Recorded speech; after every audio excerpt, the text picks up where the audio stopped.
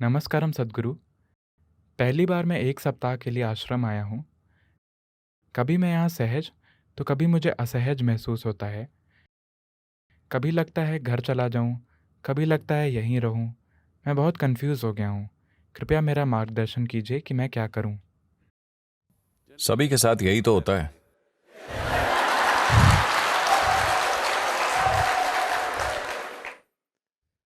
तो इनका कहना है कि ये दूसरी या तीसरी बार यहाँ आए हैं। ये सच में यहाँ आना चाहते हैं, तो ये यहाँ आते हैं। पर जब ये यहाँ आते हैं तो अचानक कभी कभी इनका घर जाने का मन होता है। जब ये वहां होते हैं तो बेशक ये यहाँ आना चाहते हैं। तो मैंने कहा कि ये इनकी समस्या नहीं है, ये सदियों पुरानी समस्या है। कोई 30 साल से शादीशुदा है और 8 बच्चे हैं। वो अभी भी सोच रहे हैं शायद गलती हो गई, शायद मुझे आध्यात्मिक मार्ग पर चलना चाहिए था। This, ये कोई नई समस्या नहीं है, ये बहुत प्राचीन समस्या है। तो आप जो भी करना चाहते हैं, उससे पहले आपको अपने अंदर आनंद और स्पष्टता लानी चाहिए। उस पल में आप जो फैसला करें, भले ही आप मर जाएं, आपको उसी पर चलना चाहिए। जब भी आपकी भावनाएं ऊपर नीचे होती हैं, आपका मन कई चीजें कहता है, वो महत्वपूर्ण नहीं है। आज ये एक बात कहता है और कल दूसरी, सुबह ये शाम को वो। ये आज एक बात कहता है और कल दूसरी। इसका कोई महत्व नहीं है। मैं आनंद इसलिए कह रहा हूं क्योंकि आनंदित होने पर आप आदतों से मजबूर नहीं होते।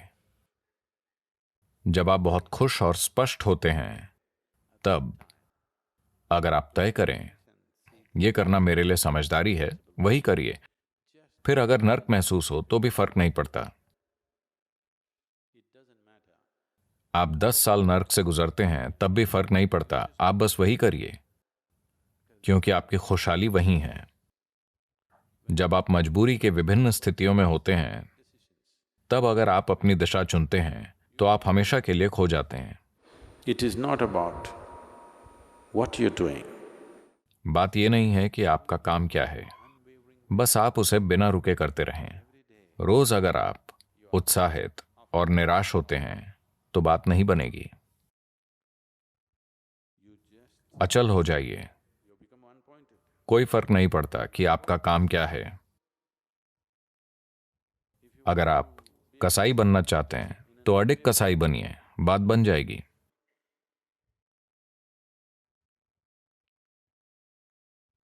Just not wavering for a moment. एक पल भी मत डगमगाइए।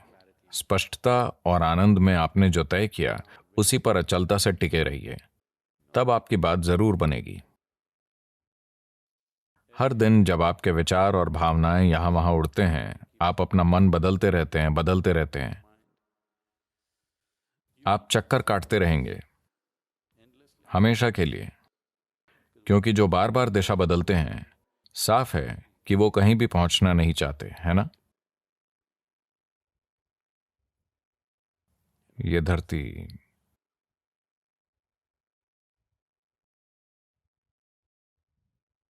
ये धरती गोल है, तो किसी भी दिशा में जाओ, कोई फर्क नहीं पड़ता। जब आप दिशा बदले बिना आगे बढ़ते हैं, तब यात्रा कर पाएंगे, है ना? आपकी यात्रा पूरी होगी। अगर आप दिशा बदलते हैं तो आप हमेशा के लिए भटक जाएंगे, हमेशा खोए रहेंगे। तो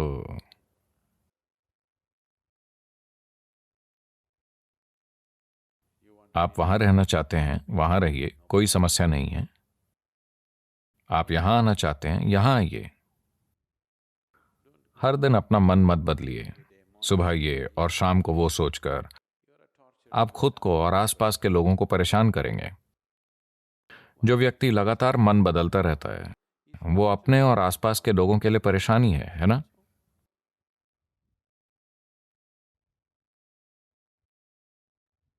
अभी आप सोच रहे हैं कल सुबह मैं योग करूंगा। कल सुबह जब 5 बजे डोंग होगा, मैं हर रोज सुनता हूं। पता नहीं आप में से कितने लोग सुनते हैं। जब डोंग बजता है, शायद हमें ढोल बजाना चाहिए। Then तब आपका शरीर कहता है, भाड़ में जाए योगा, मैं तो बस। it keeps changing. Its priorities keep changing and changing and changing. ये बदलता रहता है, इसकी प्राथमिकताएं लगातार बदलती रहती हैं। जीने का एक और तरीका भी है,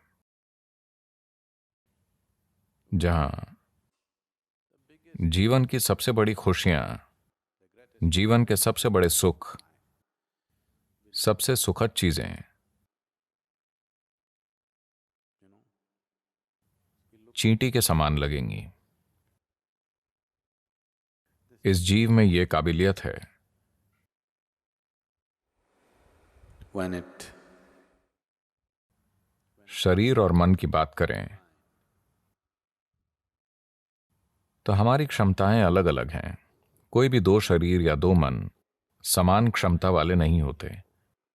पर जब इस प्राणी की बात आती है, तब हर जीव संपूर्ण अस्तित्व को खुद में समा सकता है। वैज्ञानिक कह रहे हैं कि यह लगातार फैल रहा है। इसे कैसे समाएं? यही इसकी सुंदरता है। वो जो अनंत है, जो शाश्वत है, जो असीम है और जो हमेशा फैलता है, वो इस जीव में समा सकता है। उसे लेकर किन्हीं दो जीवों की क्षमता अलग अलग नहीं है। हर कोई समान रूप से काबिल है। ऐसा नहीं होता, क्योंकि आप दिशा बदलते रहते हैं। जहां भी आपको थोड़ा आराम मिलता है, आप वहीं टिकने की कोशिश करते हैं।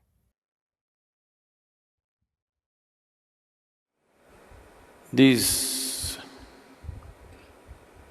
so-called getting civilized has become a huge detriment for spiritual process. तथाकथित सभ्य होना आध्यात्मिक प्रक्रिया के लिए काफी नुकसानदायक रहा है। ये जरूरी नहीं है, पर मैं ये कहना चाहूंगा, क्योंकि अगर आप खानाबदोश होते, आप जानते हैं खानाबदोश क्या होता है? खानाबदोश मतलब समझदार।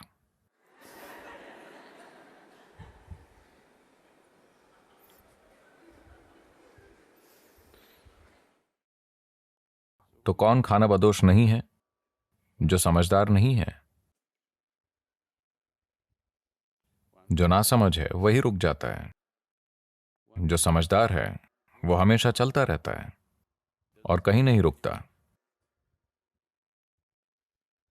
जिस पल हम खानाबदोशी छोड़ देते हैं, हम एक तरह से सुरक्षा के पागलपन में पड़ जाते हैं।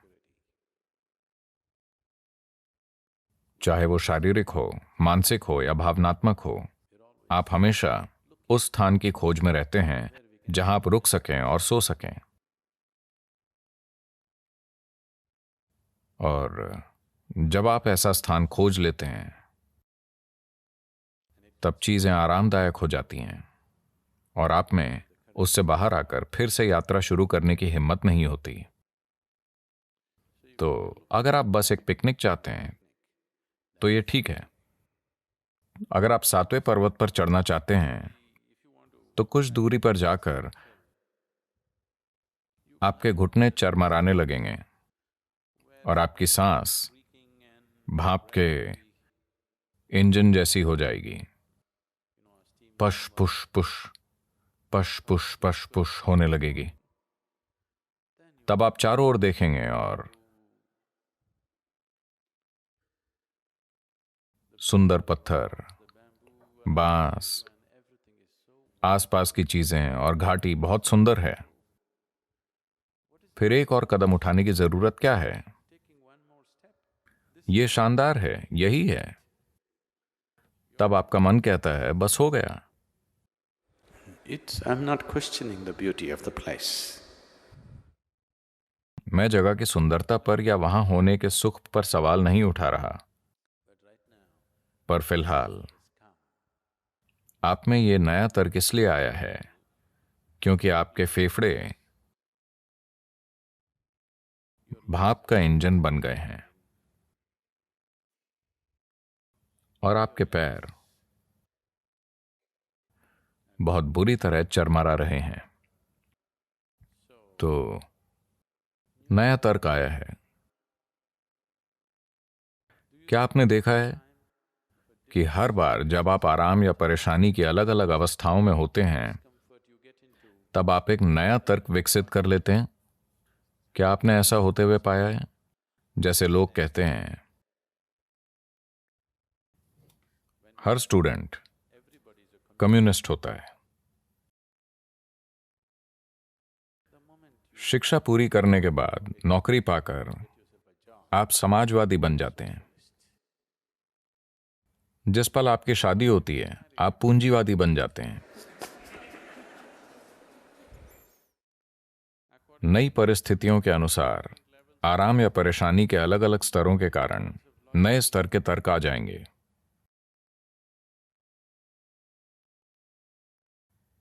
अब दुनिया ऐसी हो चुकी है कि माओवादी पूंजीवादी बन गए हैं। हाँ, That is it. ऐसा हो गया है। तो यह होता रहता है। इसीलिए स्पष्टता और आनंद के उस पल में आप अपने कल्याण को देख पाते हैं। आपको उस पर टिके रहना चाहिए। कल ये आपको भयानक लग सकता है पर उससे कोई फर्क नहीं पड़ता। बस आप टिके रहिए, चाहे आपको वो नर्क जैसा लगे। यही खुशहाली है। अगर आप मन बदलते रहेंगे तो कुछ नहीं हो पाएगा।